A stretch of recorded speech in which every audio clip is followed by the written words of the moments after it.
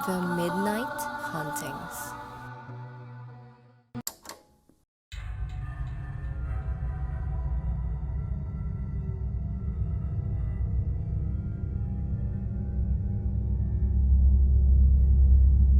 Magandang araw mga ka-midnight. Ako si Rex. Ang kwentong ito ay ipinadala ng isa nating tagapakinig. At ito ay tungkol sa isang lalaki na nakaranas na manuno sa punso nung siya ay bata pa. Kung saan siya ay sinundan ng mga kababalaghan matapos siyang makasira ng punso. Hindi na bago sa atin ang mga kwentong nabati o namatanda. Kadalasan ay panakot ito sa atin para tayo ay maging maingat sa ating kapaligiran.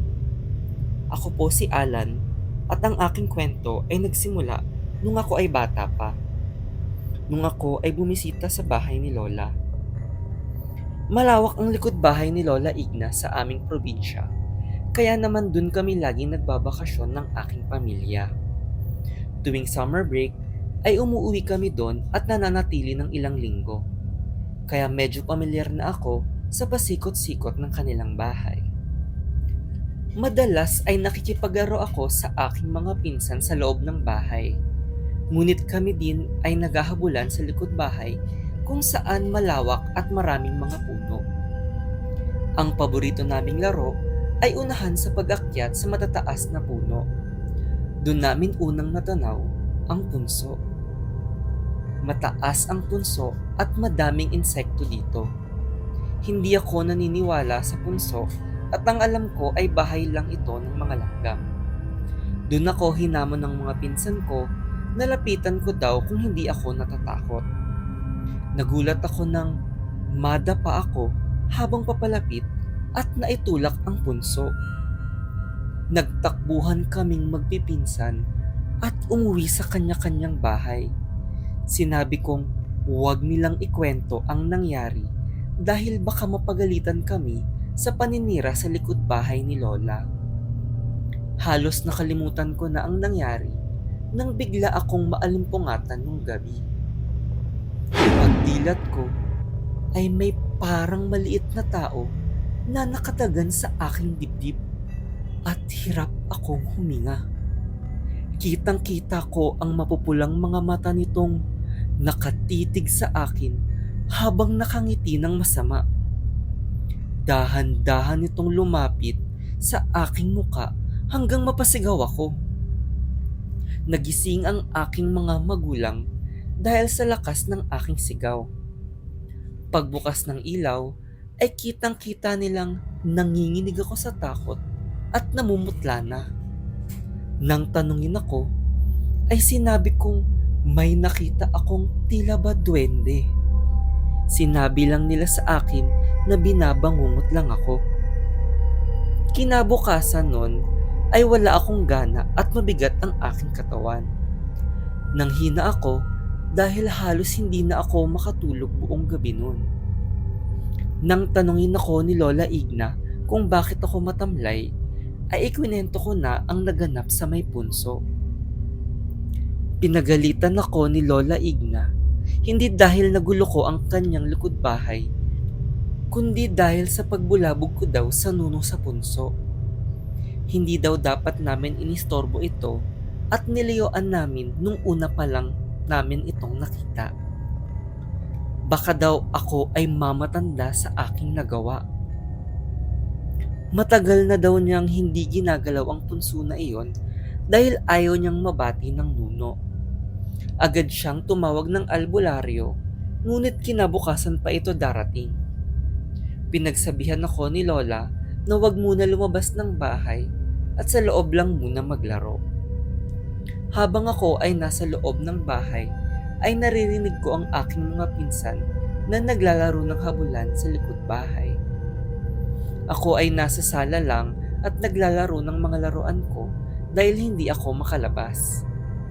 Nakaramdam ako ng inggit kaya naisipan ko silang panoorin at silipin. Natanaw ko ang punso kung saan ako nadapa at napansin kong hindi din ito nilalapitan ng aking mga pinsan. Malungkot akong nanonood sa kanila habang sila ay nagtatakbuhan. Nang bigla akong may mapansing hugis sa may ibabaw ng punso. Kitang-kita ko na may isang mistulang duwende ang nanonood din sa kanilang paghahabulan at tumatawa. Nang makita nitong nakatingin ako, ay tinitigan ako nito ng masama habang nakangiti. Agad kong sinara ang bintana at nagkulong sa aking kwarto. Nung kinagabihang yon, ay tila nilalagnat ang aking pakiramdam at masakit ang aking sikmura. Hindi ako makatulog at ginising ko na ang aking mga magulang.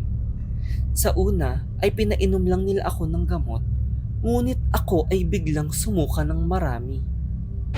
Nagulat kaming lahat dahil mga tuyong dahon at mga maliliit na bato ang aking sinuka. Nahaluan na din ng dugo ang aking suka dahil ramdam ko sa aking lalamunan ang pagkaskas ng maliliit na sanga ng dahon at mga bato habang ako ay dumuduwal.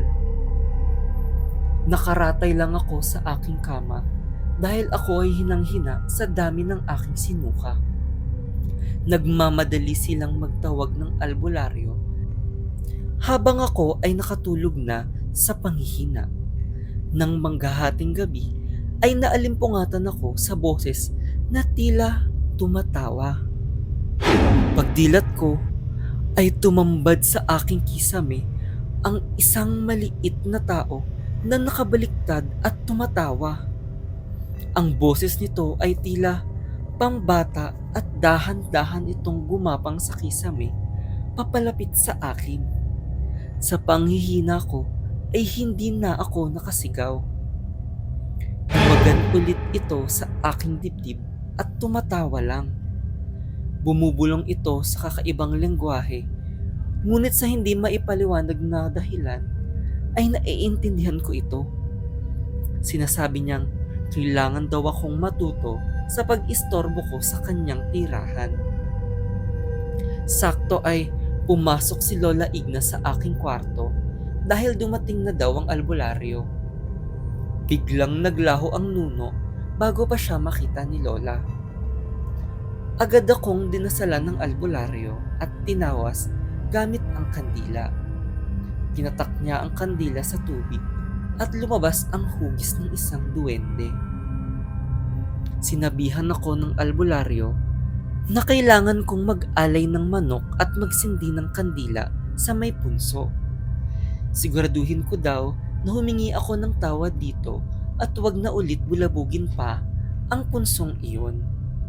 Nang gawin ko ang pag-alay ay gumaan na ang aking pakiramdam. Nawala bigla ang aking sakit at hindi na muli pa nagpakita ang nuno sa punso. Hindi ko na ginambala pa ang nuno na iyon tuwing bumibisita sa bahay ni Lola Igna.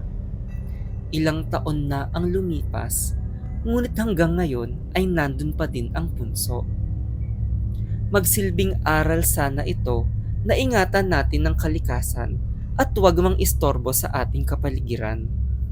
Hindi natin alam na baka ang nagagambala pala natin ay isang nuno sa punso.